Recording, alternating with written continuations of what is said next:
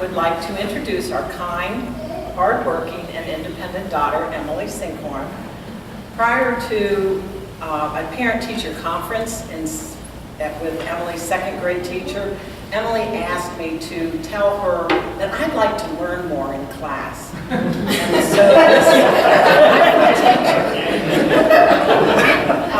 recognized Emily's academic potential and developed independent studies, gifted programs, and advanced her to third grade math, and asked Emily to befriend this little boy in her class that had some health issues, and other kids made fun of him. So Emily eagerly agreed and became fast friends, and they shared similar interests and abilities. At the end of the year, this outstanding teacher advised us to seek private school for Emily, where the culture of the school nourishes the love of learning, and where she could be surrounded and challenged by similarly motivated classmates. So when Columbus Academy integrated females into the 5th grade class, Emily enrolled and blossomed in the academy environment. Field hockey was in Emily's bloodline. Emily had 2 aunts and her mother who played field hockey. Aunt Kim and I played field hockey for Ohio State, and we both coached high school field hockey. Kim became the district tournament chair for Central Ohio, and since 2 district semifinals were being played simultaneously in 2 different locations, Kim asked if Emily and I would go to the game against Academy and CSG, and they played in Dublin, and we would be her representative. Darkness and fog rolled onto the field, and Miss Horton is shaking her head, and the game got very intense. A player was injured and blood was shed. Unfortunately, Academy lost the game. While players wept, tempers flew, and arguments shouted, Emily and I walked the refs out to the parking lot to make sure of their safety. Emily turned to me and said, "Mom, you're not going to make me play this sport, are you?" By the end of middle school physical education classes with Miss Horton, Emily was hooked on field hockey and anxiously awaited high school athletics. During Emily's high school career and into her adult life, she really does not like to take notoriety or the spotlight. Emily's athletic joy was playing a supporting role for her teammates and for the team to achieve its potential. Emily earned 12 varsity athletic awards and co-captained 4 sports teams. Her team's accomplishments included 2 state championships and 1 state runner-up in field hockey, the MSL lacrosse title, which was what they played. It was what was it? It was before they had state championship, and it was an interstate tournament against Pennsylvania schools, Ohio schools, and Michigan schools. And then they won the first state lacrosse championship and 2 Buckeye Girls Leagues champions in basketball. Individual awards include 2-time All-Ohio and 2nd-team All-American in field hockey, Columbus Dispatch Scholar Athlete Scholarship, and through the Futures program in field hockey, she qualified for Junior Olympics and selection to the under-19 national team. In basketball, Emily was all-league and scored 138 three-pointers, 6 in 1 game. Emily still might hold the Academy record for males and females in 3-point shots. Emily was a 2-time winner of the Columbus Auto Show High School 3-point contest. As a freshman, she beat Hartley's Georgia Schweitzer, who later went on to play at Duke and set scoring records at Duke, and then played for the WNBA. Emily earned $2,200 in donations to the Columbus Academy's athletic department in this contest. In lacrosse, Emily earned first Ohio All-District and Central Ohio Player of the Year and first team All-American. Emily thrived in the academic environment at Academy. She had many honors: Plessinger Cup, Rensselaer Medal for Math and Science, Yale Cup, Cum Laude Society National Latin Merit Awards, Harvard Cup with the highest GPA, National Merit Finalist, and AP Merit Scholar scoring 5s on all 5 AP exams, and Senior Class President. Emily was thrilled receiving the Williams Cup at graduation from Jane Park. Jane Park returned to give Emily this award, and Jane was Emily's teammate and mentor for 3 sports. Couple fond memories of Emily's athletic career. As a sophomore at this MSLA tournament, this tournament was a big deal. It's a lot tougher. With seconds left in the game and the score tied against Hathaway Brown, Emily was fouled, which stopped play. Instead of running with the ball with little time left, Emily gave Chris Cash the nod to run as fast as she could down the field towards the goal. From the defensive end, Emily took one step and threw the ball the length of the field almost to the crease. The ball dropped in front of Chris Cash. Chris did her magic and to score and win the game. In the newspaper interview afterwards, Chris Cash said, "I didn't know anyone could throw the ball that far. It took a day to come down." As a junior player, Emily developed and perfected with Miss Horton a penalty corner flick shot similar to a golf sand wedge shot. The ball would be hit out to her. She'd stop the ball and at the end line, and then she would execute this perfectly arcing shot that would drop right behind the goalie and into the net.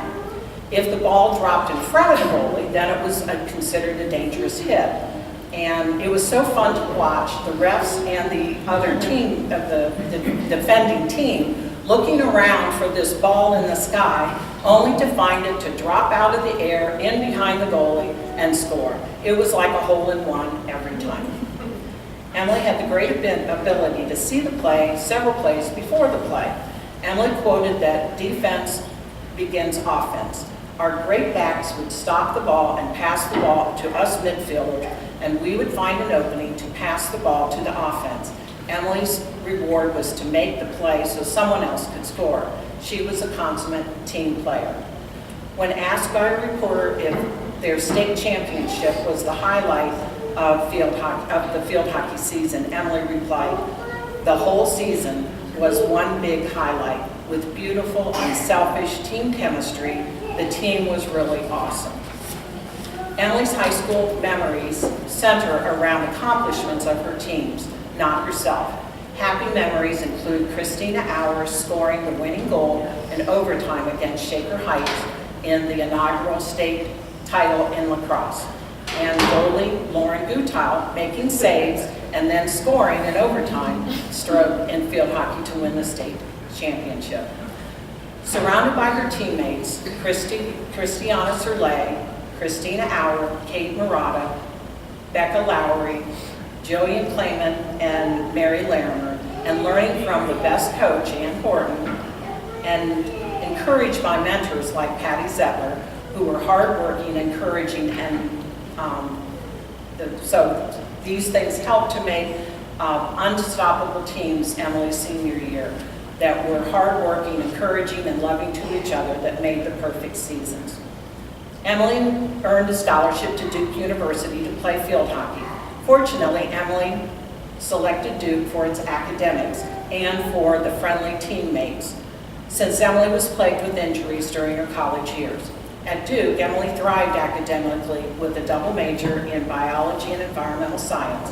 In Emily's junior year, she was asked to be a teaching assistant for 2 classes, including a class which she had PhD candidates in it.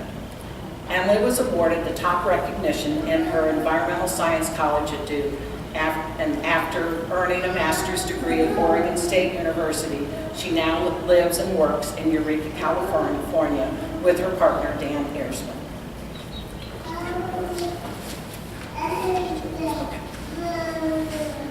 Emily, you continue to make us proud of your independence, work ethic, honesty, outgoing personality, concern for your community and the environment.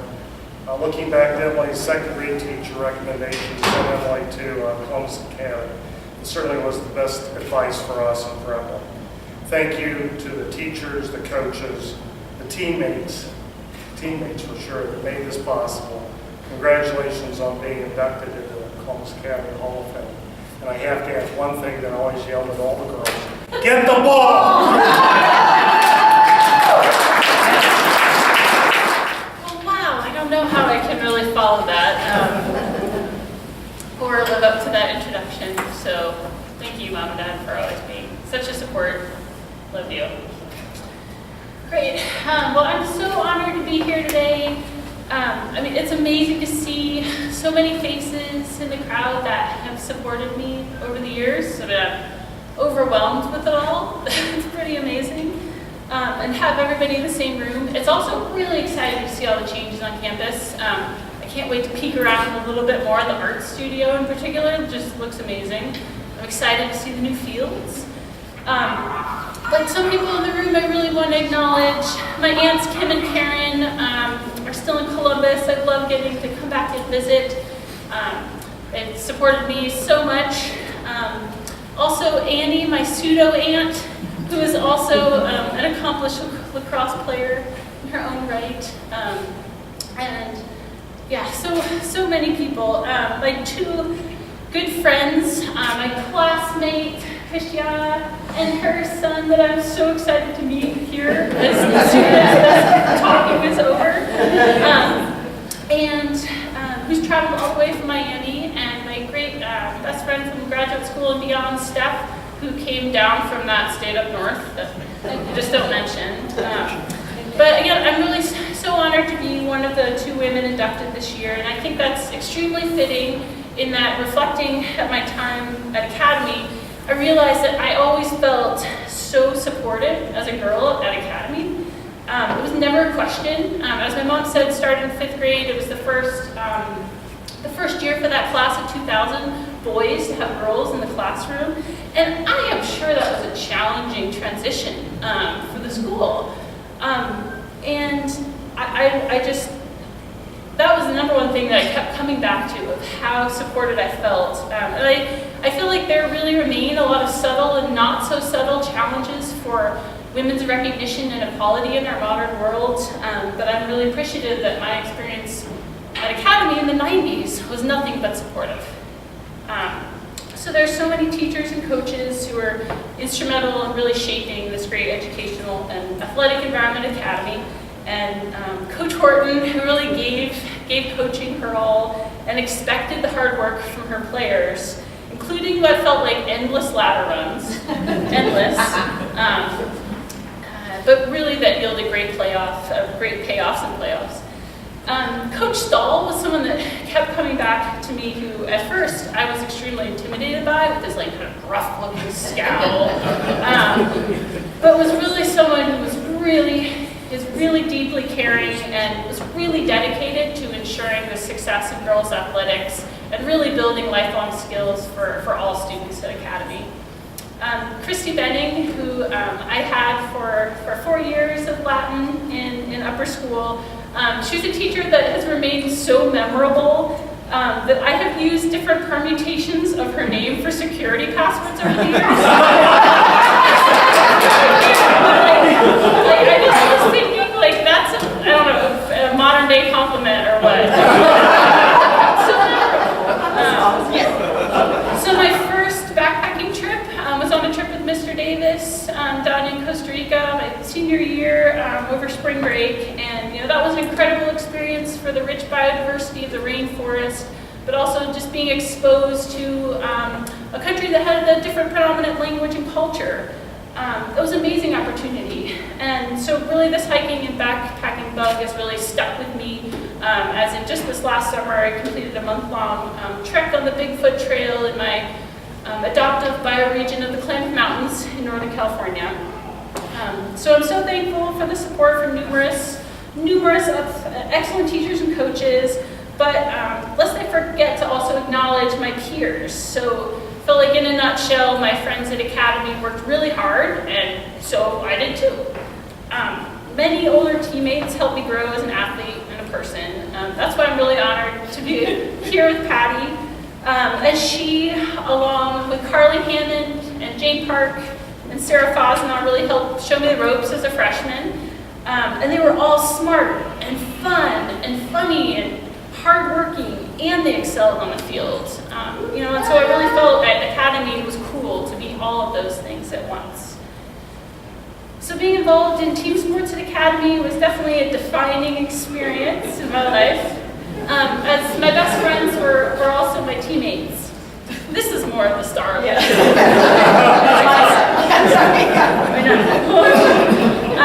So I really continue to seek out and thrive most in a team environment. So working towards state championships together really required a level of trust and dedication and commitment that I really have since found in working in the nonprofit sphere and local community coalitions I'm a part of now. But I really think that sports or really any extracurricular activity that brings together students' passions and challenges them, whether in theater, orchestra, or school newspaper, really helps hone a passion for life and really helps hone a sense of duty, a collective duty beyond just oneself. So I really know that Academy is exceptional, and I was really privileged to be a part of this school community. And my parents could afford the yearly tuition and had the ability and the means and the interest to support me in academics and athletics and transport me to all those field hockey, basketball, lacrosse games and summer camps. But I really want these opportunities for all students. So our public schools and all schools really need the resources to fulfill this type of promise to future generations. So I really hope that our educational policies should continue to support engaging after-school programs and nutrition programs, which help students thrive behind and beyond the confines of the school day. But youth also need access to ways to be physically active, even if they do not have the resources to participate in organized sports or extracurricular activities. So I'm just sort of relating of what I've been reflecting on and then this kind of current work I do now. In that recent studies suggest that 9 out of 10 high school students don't get enough physical activity. And these numbers are scary because we know exercise is not only linked to physical health, but also concentration and school performance and mental health. And these rates of physical activity in children really drop off drastically after elementary school. So I really believe how our communities and streets are designed and retrofitted and maintained is kind of one way to address this public health concern. So I really try to bring that to my work of trying to reduce barriers to physical activity in communities. So that may be a safe walking around to school or the grocery, or even a well-kept neighborhood park. These can be those outlets for physical activity in our communities.